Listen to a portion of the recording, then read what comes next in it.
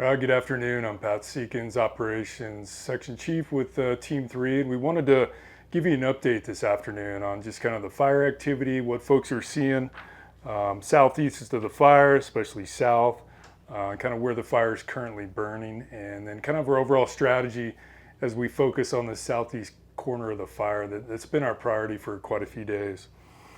So in and around Rapid Creek, this is where folks have seen most of the fire activity yesterday, and that'll happen today too. A large smoke column popping up. That's where most of the activity was, and still well within our control lines, within this black line, what we're calling, that we've completed and burned and fired all the way to the red grade road. This is going to provide a great holding feature for any kind of fire that wants to move to the southeast. So things are holding really good there. That plan is well established and looking really good. And obviously our focus has also been on the red grade road.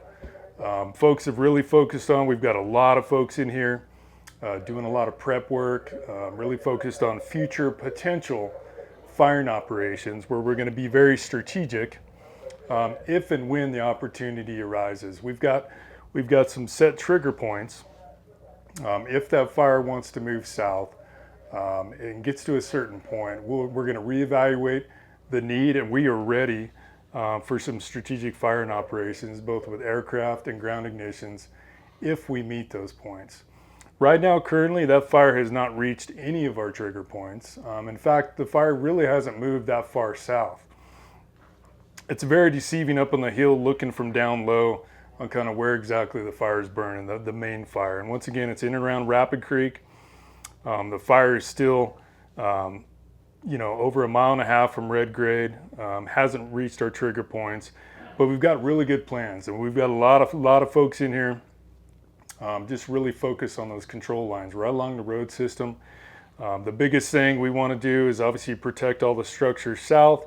So there's a lot of water handling equipment, sprinkler systems being installed as of today, and we want to be ready and focused in the event we need to fire. And right now that's an hourly and daily conversation with our operations folks, our aircraft, and making sure we do not want to initiate firing operations along the red grade road unless conditions are favorable. And today conditions aren't exactly favorable. We've got a lot of warm temperatures, low relative humidities, and those fields are really dry. And that's going to continue throughout today, tonight, and tomorrow. Tonight, we're expected to get pretty significant downslope winds tonight, so we're ready for that. We've got night shift prepared for some of these nighttime pushes potentially that go down the drainages. And this is just a lot of complex, steep, rugged terrain in here where a lot of these ridge lines run east and west. So this fire progression would have to back down the drainage, come upslope, and back down again. So this fire movement to the south has been very slow, and the biggest trigger point for us right now is we're really looking at the weather starting Thursday. We're going to get a big significant weather change where we're going to have a high level of confidence of moisture moving in Thursday and Friday. Cooler temps, higher moisture, it's really going to moderate those fire conditions. And with our current fire spread to the south, it's very minimal. Although it's putting up a lot of smoke, it's got to fight the terrain to actually move south significantly. And right now what we're seeing, as well as our models are kind of in alignment, that fire is not going to reach the red grade road prior to the moisture that's coming in Thursday. But knowing that weather's coming in, there's a high probability that moisture that's coming in will significantly slow down that fire spread and kind of check itself up where we can reevaluate moving forward when and if we initiate firing operations.